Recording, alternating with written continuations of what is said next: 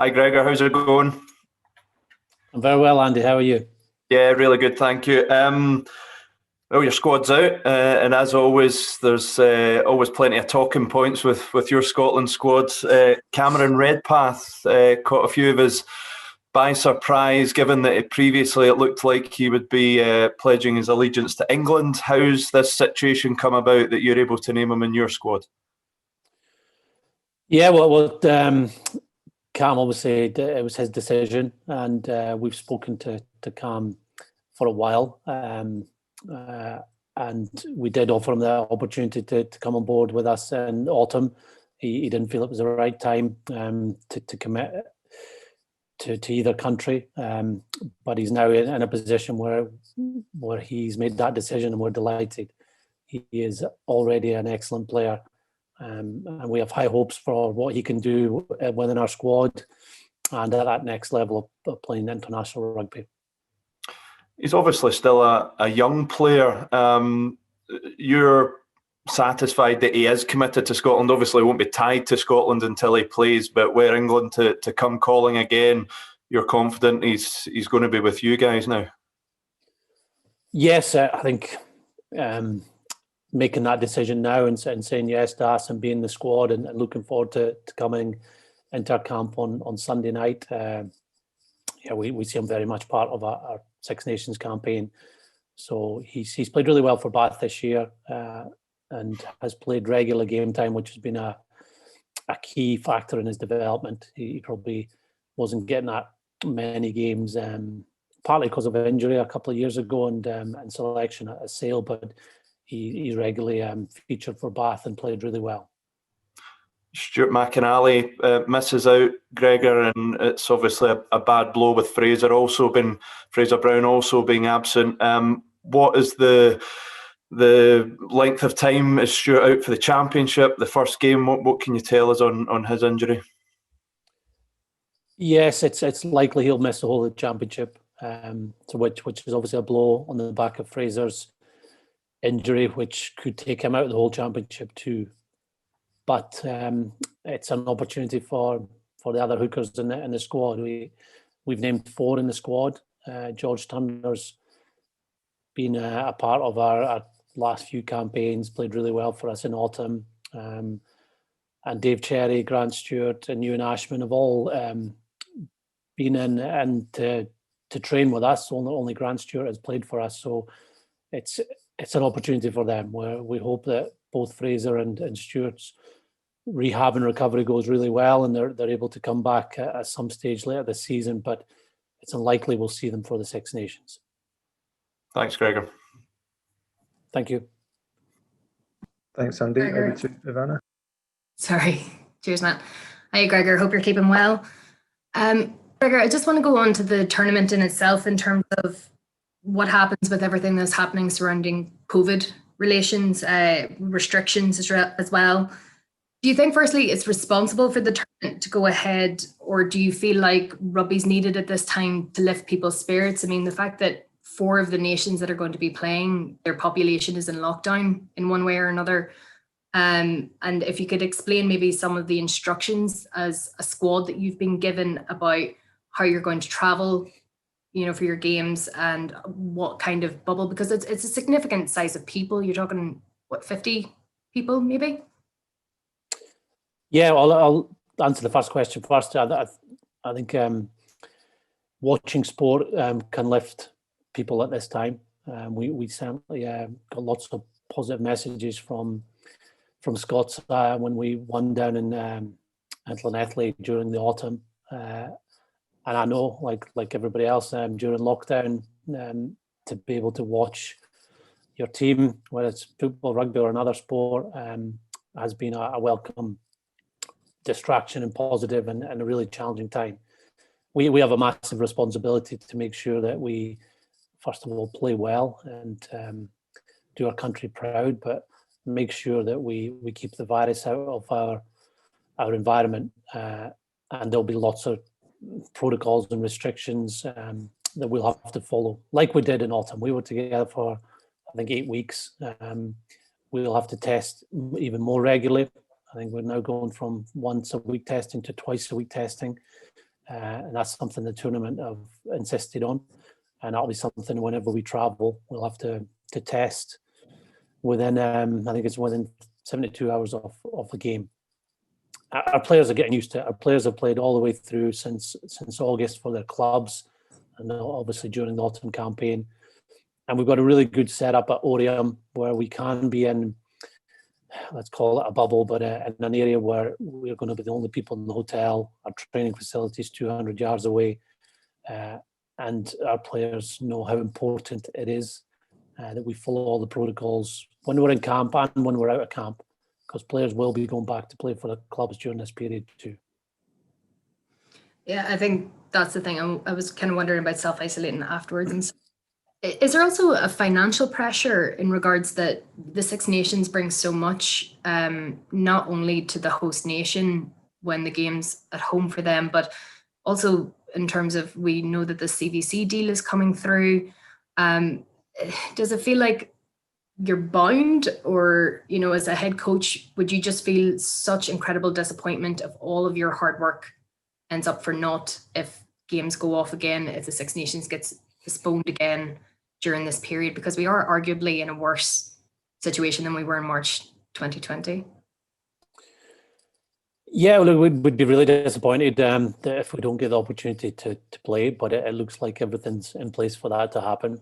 Now things can change, we understand that, but we're a few days away from when we get the players into camp, and then we'll be into 2 weeks before we play England. But there has certainly been a lot of movement and meetings and discussions over the last 2 or 3 weeks to make sure the tournament goes ahead, and that it's safe, and that these enhanced protocols are in place to make sure that the tournament doesn't get cancelled at any point during the 7-8 weeks we're together. So that fans can look forward to it, for sure.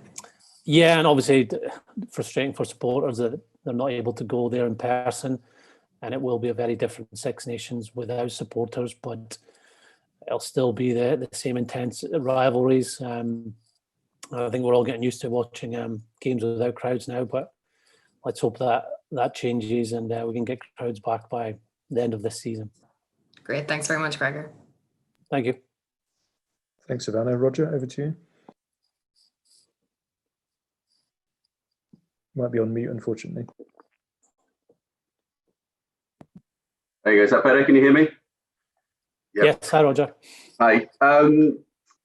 First of all, just on the COVID situation, Eddie Jones is currently self-isolating. There's been a positive test among the coaching staff with England. Obviously, that this is before competition gets going, but are you concerned about sort of the integrity of the competition if we have situations once players up and running, that we may have situations where coaching staff and certain parts of the team and the squad and the backup staff are having to self-isolate, and you know, perhaps the integrity of the competition could be damaged in that way? I would hope not. I think we've seen it already this season in football and rugby that coaches have had to isolate and not attend games, and players have had to miss out. So it would be a challenge for the teams in question if that happens. But the games have continued regardless. The difference, I think, now between international and club situation is that if we do get some cases within our camp, then we can call up other players. Where at club level you are restricted to the players you have there in your environment, and that's maybe why some club games have been called off. But we have a bit more flexibility if that scenario happens, which we're obviously all hoping and working towards it doesn't happen. What impact can it have, given the England situation? Say Eddie Jones, I know they haven't met up yet, but to have your head coach having to sit on the sidelines, how much of an impact can that have on a squad and its preparation? Well, it can have an impact, but speaking as a head coach, the players are the ones that are the most important, and they're the ones that train. They're the ones that play the game at the weekend. And what we've discovered over the last few months, that there are other ways to coach. So even with coaches isolating, they can still conduct meetings by Zoom. They can still watch the training sessions. give feedback to players in different formats, even though they're not physically there. So I'm sure there are ways around it, and it could end up being a good thing that players take even more leadership because the coaches aren't there to be on the field all the time. Can I just throw you one about Cameron Redpath? You talked about him before. Obviously, he's been involved in England squads before, but hasn't played. He's played England under 20s. How do you think he came to this decision? Did you have to sell him the idea of coming to Scotland? Is it a decision he made on his own after a period of thinking about it? Well, both of those cases, I've been trying to sell Scotland for the last couple of years to him, but he's came to the decision on his own. And obviously, his dad played and captained Scotland. I played alongside his dad, but that's not been a factor. It's been what he feels is right for him now and for the next how many years. It could be 10-year international career that he's got ahead of him if he goes well and continues to improve. So we're delighted that he has committed to us. It's an unusual situation that family's all Scottish and dad played and captained Scotland, but has been brought up in England and has played English age group rugby. So it would have been a tough decision, and I'm sure it's been weeks, if not months, of thinking about it. But we can't wait to work with him next week. Thanks a lot, Gregor. Cheers. Thank you. Thanks, Roger. Andy Newport. Hi, Gregor. Can I just take you back to the COVID situation for just one question? Just following on from what you said there, I take it you're utterly confident the championship can be completed without any disruption? As confident as it can be, Andy. From the discussions a couple of weeks ago when Europe got cancelled, there was obviously doubts whether France's involvement or the tournament would continue, but having got the feedback from the meetings and what each team will have to do now, with twice weekly testing and various protocols when we travel. I think that satisfied the French government, satisfied all the competing nations. So that's what we're planning towards. The day before we played Wales, a year ago, we were looking to play, and the game got cancelled. So we do understand things may change, but the testing and the isolating processes that we have in place that we've already done during the autumn prove that we can get through this tournament without letting the virus get into our camp or spread between our players. And just on the selection, obviously you've got Richie Gray back in there. Can we just have a word on his form over the last two games, especially against Edinburgh? It looked like he was back form. And also, can you just clarify what's happening with Adam Hastings? Is he get any chance of playing a part in the tournament? Yeah, so Richie has played 2 games over the last 4 weeks. It's a pity that Glasgow haven't had more games, but they're not the only club. We've got players playing that haven't had a chance to play a huge amount of games. But Richie in those 2 games has shown his ability in the line out, but also in open play. I think his defensive work and his kick pressure work has been outstanding. He's worked really high. I'm enjoying your background. His work has been excellent.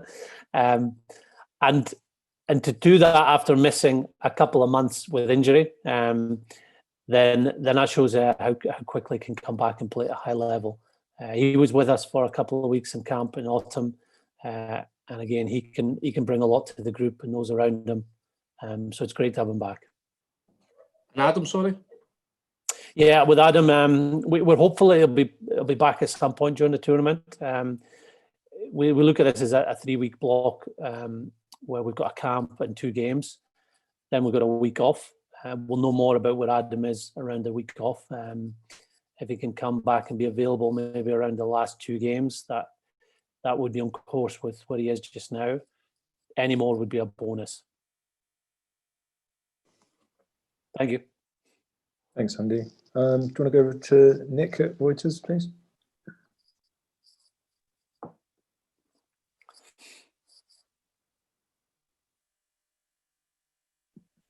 Nick, would you like to put a question, or should we move on to Ali at Bauer? Okay, Ali, do you want to jump in? Yeah, Gregor, hi. Just what are your hopes then for this year's tournament and just being a bit parochial, how big a part will those borders players play? And I maybe include Gary Graham in that as well, since he last watched something down at Gala. Would you include Cam Redpath as well? Same as his dad's from Melrose. Yeah, well, I'm counting him as a borderer.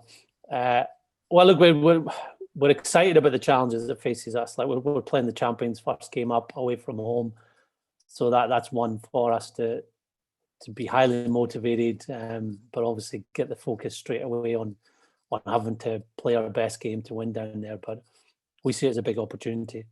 There's opportunity now with no crowds at Twickenham that the away games become slightly less challenging than they normally are.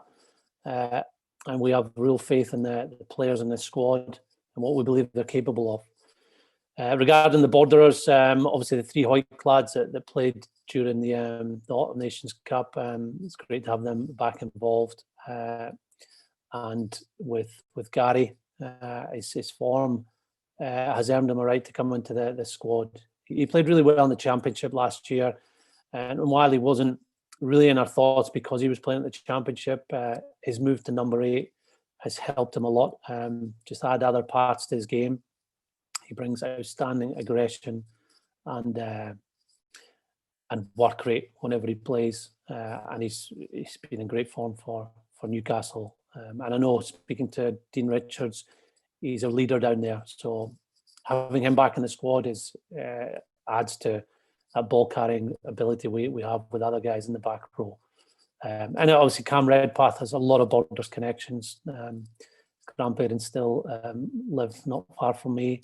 Obviously his dad was a Melrose legend. So good to see him involved, and we're looking forward to working with him. Thanks, Ali. Just open it up now. Anyone else who hasn't asked a question like to put something to Gregor before we wrap up? Yes, John Matry, do you hear Gregor? Thank you. It was just about the 3 young guys that you've got in training with the squad. You've got obviously Rory Darge, Rufus McLean there as well. Can you speak a bit about why those guys were picked and how important it is for basically to bring through the youth into play training with the first team? Yes, the 3 players were all under 20 last year. Rufus and Rory featured strongly for the Scotland under 20s team. Jamie is still under 20, Jamie Dobie.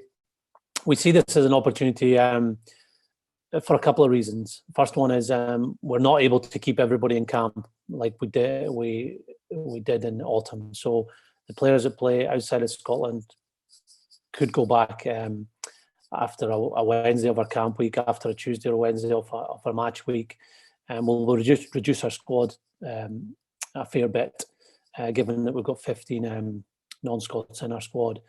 So that means that having Jamie, Rufus and Rory in our squad gives them the opportunity to have more training time, but also we have an eye out for the future with them. We're very excited what they can achieve in their careers, and likewise Ewan Ashman, who was in the under-20s squad last year and who trained with us for a week in autumn. We see the experience they'll get can only benefit them when they go back and play with the pro teams. Right. And do you have a specific target for the Six Nations of where you want to place, or is it just a case of trying to keep building? Yeah, it's, improving and winning our next game. That's our focus. We'll not look any further beyond that. Thank you. Thank you very much, Gregor. Thank you. A question from Rob Perform. Yeah, thanks, Gregor. Just to ask about the France team, you touched upon them a little bit earlier. Obviously, if it wasn't for you guys, they would have won the tournament last year. So how strong do you see the France team being this year? Very, very strong. We played them twice during the year, and they've put a game plan together which shows that it makes them tough to beat.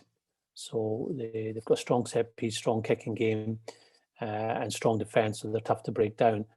But they've also got some real attacking flair with some outstanding individuals that can score tries from anywhere. So that's a good mix to have, and they've got a youngish group who should be there for the next 5 years and beyond. And they've now got confidence, having won so many games in that calendar year. And finally, they've got depth. Their third team did really well against England and Italy at the end of the Autumn Nations Cup. So everything looks pretty rosy in French rugby just now. And they'll be one of the biggest threats in the tournament this year. Thanks, Rob. If that's everybody, thanks very much for joining. Appreciate your time, and look forward to speaking to you during the rest of the championship. Thanks, Gregor. Thanks, Matt. Cheers, thanks, Gregor. Thanks, Matt. Thanks, guys. Cheers, Everyone, cheers. Cheers.